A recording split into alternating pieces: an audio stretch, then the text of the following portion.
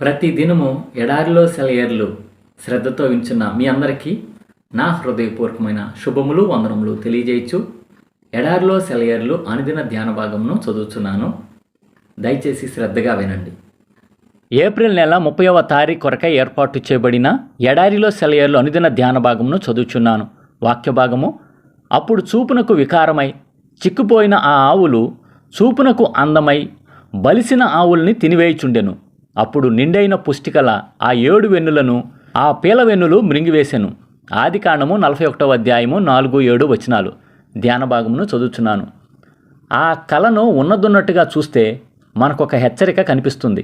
మన జీవితంలో అతి శ్రేష్టమైన సంవత్సరాలు, మంచి అనుభవాలు, సాధించిన ఘన విజయాలు, చేసిన అత్యుత్కృష్టమైన సేవ మొదలైన మంచి విషయాలను పరాజయాలు, వైఫల్యాలు, అప్రతిష్ట, దేవుని రాజ్యం పట్ల పనికిమాలినతనం మొదలైనవి మింగేసే అవకాశం ఉంది. వాళ్ళ జీవితాల్లో ఘన విజయం సాధిస్తారని అందరూ ఎదురు చూస్తే వాళ్ళు ఊహించలేనంత అట్టడుక్కి దిగజారిపోయిన సందర్భాలు ఉన్నాయి. ఆలోచిస్తే బాధేస్తుంది. కానీ ఇది నిజం. ఒక భక్తుడు చెప్పాడు, ఇలాంటి విచారకరమైన విషయం నుండి తప్పించుకోవాలంటే ఒకటే సాధనం: ప్రతిదినం ప్రతి ఘడియ దేవునితో ఓ వినూత్నమైన తాజా సంబంధాన్ని తిరిగి కల్పించుకోవడం.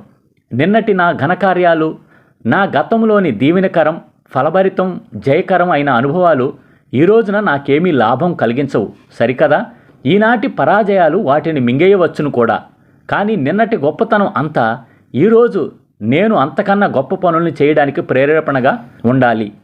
క్రీస్తుకి అంటుకట్టబడడం ద్వారానే నెలకొనే ఈ వినూత్నమైన తాజా సంబంధం మాత్రమే నా జీవితంలో నుండి చిక్కిపోయిన ఆవుల్ని, పేలవెన్నుల్ని దూరంగా ఉంచగలదు. ఇదే ఈ దినమునకై ఏర్పాటు చేయబడిన ఎడారిలో సెలయేర్లు అనుదిన ఆత్మీయ అల్పాహారము. సమస్త జ్ఞానమునకు మించిన దేవుని కృపా సమాధానము ప్రభువైన యేసుక్రీస్తు వలన మీ హృదయములకు, మీ తలంపులకు కావలి ఉండును గాక. ఆమేన్. ప్రార్థన. పరిశుద్ధుడా, ప్రేమ కలిగిన తండ్రి, జీవం కలిగిన దేవా, ఇచ్చిన మరొక మంచి వర్తమానం బట్టి వందనము స్తోత్రం తెలుసుకుంటూ ప్రభువా, ప్రతిదినం నీతో ఒక వినూత్నమైన సంబంధాన్ని మేము కలిగి ఉంటూ ప్రభువా, ఆత్మీయ జీవితంలో అంతకంతకు ఎదిగే కృపా ధన్యత దయచేయమని వేడుకొంచున్నాం తండ్రి. పరాజయాలను బట్టి మేము కృంగిపోయే వారంగా ఉండకుండేట్లుగా సహాయం చేయండి అయ్యా. వైఫల్యాలను బట్టి దిగజారిపోయే వారు ఉండకుండా సహాయం చేయండి అయ్యా.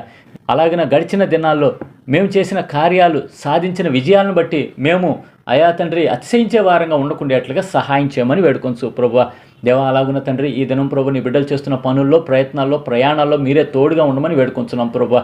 మరి ముఖ్యంగా తండ్రి దేవ, ఈ మాసం మొత్తం కూడా మాకు నీ కృప, కాపుదల, భద్రత అనుగ్రహించినందుకు నీకు వేలాది వందనములు, స్తోత్రము తెలుసుకుంటున్నాం ప్రభువా.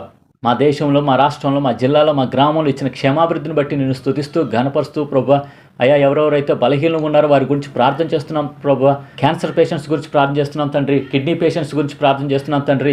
అయ్యా తండ్రి, లివర్ వ్యాధులతో బాధపడే వాళ్ళ గురించి ప్రభు, ఊపిరితిత్తుల సంబంధిత వ్యాధులతో బాధపడే వాళ్ళు, గుండె సంబంధిత వ్యాధులతో బాధపడే వాళ్ళ గురించి ప్రార్థన చేస్తున్నాం తండ్రి. కనికరం చూపించి వారికి ఆ వ్యాధి నుంచి విడుదల దయచేయమని వేడుకొంచున్నాం తండ్రి.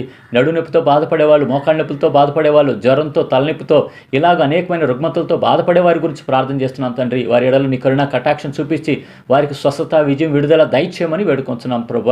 ఇంకా అలాగే ఈ దినం నీ కృపాస్తాలకు అప్పచెప్పుకుంటూ ఈ దినం నీ బిడ్డలు చేస్తున్న ప్రతి ఒక్క పనిలో, ప్రయత్నాల్లో మీరే తోడుగా ఉండమని నజరేయుడైన యేసు నామములో ప్రార్థించి వినయంగా వేడుకొంచున్నాము తండ్రి. ఆమేన్.